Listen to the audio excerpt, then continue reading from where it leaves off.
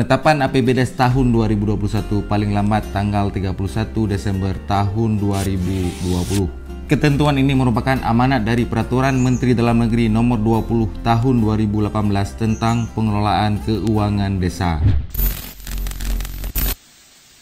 Assalamualaikum Sobat Desa, kali ini kita akan berbicara tentang APBDes atau Anggaran Pendapatan dan Belanja Desa. Jika di tingkat negara ada APBN atau Anggaran Pendapatan dan Belanja Negara, dan di daerah ada APBD atau Anggaran Pendapatan dan Belanja Daerah, maka di desa pun punya APBDes, yaitu Anggaran Pendapatan dan Belanja Desa. APBDes merupakan rencana keuangan tahunan pemerintah desa.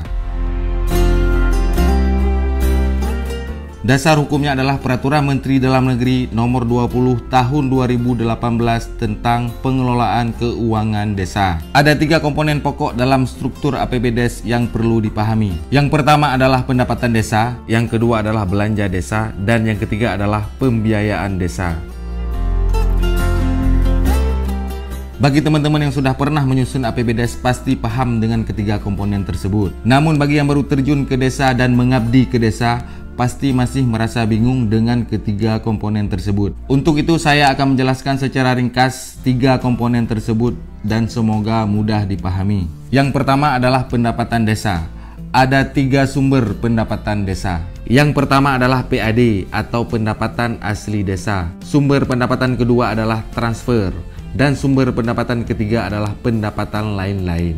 Yang pertama kita lihat apa saja yang masuk dalam PAD atau pendapatan asli desa. Yang pertama adalah hasil usaha desa, antara lain hasil BUMDes dan hasil desa lainnya. Yang kedua hasil aset, antara lain tanah kas desa, tambatan perahu, pasar desa, tempat pemandian umum, dan jaringan irigasi. Kemudian hasil swadaya, partisipasi dan gotong royong, penerimaan yang berasal dari sumbangan masyarakat desa. Lain pendapatan asli desa yang sah antara lain hasil pungutan desa. Sumber pendapatan desa kedua adalah dari transfer. Berasal dari dana desa atau DD, dari alokasi dana desa atau ADD dari daerah, pajak daerah dan restribusi, dan bantuan keuangan dari provinsi. Dan pada umumnya pendapatan dari transfer ini merupakan pendapatan desa terbesar dari APBDes. Sumber pendapatan desa ketiga adalah pendapatan lain-lain, meliputi hasil kerjasama desa, penerimaan dari bantuan perusahaan yang berlokasi di desa, hibah dan sumbangan dari pihak ketiga, bunga bank, dan pendapatan lain desa yang sah.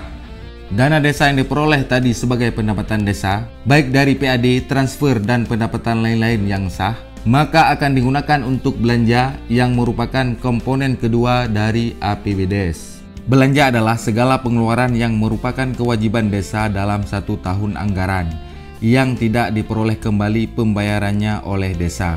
Artinya bahwa ketika dana tersebut sudah dibelanjakan, maka desa tidak mengharapkan lagi dana tersebut masuk ke dalam kas desa. Klasifikasi belanja desa terdiri dari 5 kelompok. Yang pertama penyelenggaraan pemerintahan desa, yang kedua pelaksanaan pembangunan desa, yang ketiga pembinaan kemasyarakatan desa, yang keempat pemberdayaan masyarakat desa, dan yang kelima penanggulangan bencana, keadaan darurat, dan mendesak desa. Kalau kita lihat dari segi jenisnya, maka belanja desa dikategorikan dalam 4 jenis. Yang pertama belanja pegawai, yang kedua belanja barang dan jasa, yang ketiga belanja modal, dan yang terakhir yang keempat adalah belanja tak terduga. Belanja pegawai tentu saja untuk pembayaran pegawai pemerintah desa, tunjangan aparatur desa, dan sebagainya. Ini adalah alokasi untuk hal-hal terkait dengan gaji dan tunjangan, dan dianggarkan dalam bidang penyelenggaraan pemerintahan desa. Yang kedua, belanja barang dan jasa. Ini keperluan untuk operasional pemerintahan desa, yaitu untuk pembayaran listrik, ATK, telepon, dan sarana prasarana desa, dan sebagainya. Yang ketiga adalah belanja modal. Belanja modal adalah untuk pembangunan jalan, jembatan, membangun pasar desa, dan sebagainya sesuai dengan kewenangan desa. Dan belanja yang terakhir adalah belanja tak terduga. Belanja yang digunakan untuk kegiatan penanggulangan bencana, keadaan darurat, dan keadaan mendesak yang berskala lokal desa, seperti halnya kondisi saat ini untuk penanganan COVID-19 di desa.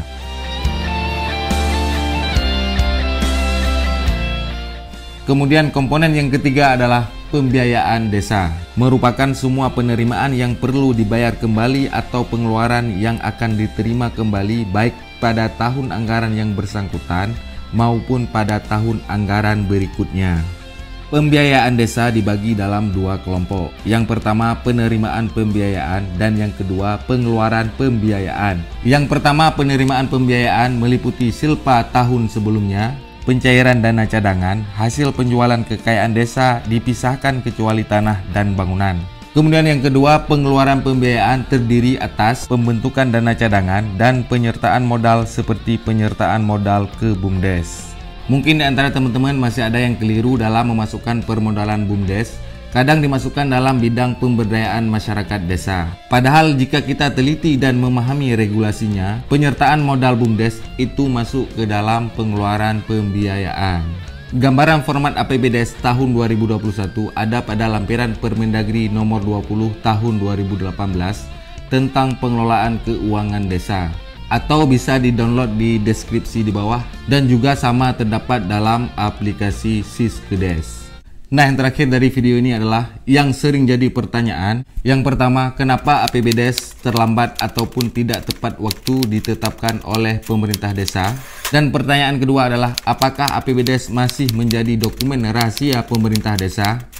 Jawabannya bisa teman-teman share di kolom komentar yang ada di bawah. Demikian Sobat Desa, semoga bermanfaat. Wassalamualaikum warahmatullahi wabarakatuh.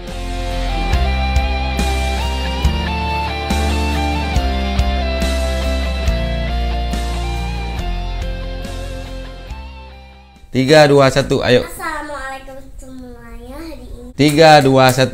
Assalamualaikum semuanya. Hari ini Ayah membuat vlog di rumah karena membuat vlog dana desa. Jangan lupa nonton teman-teman. Kasih.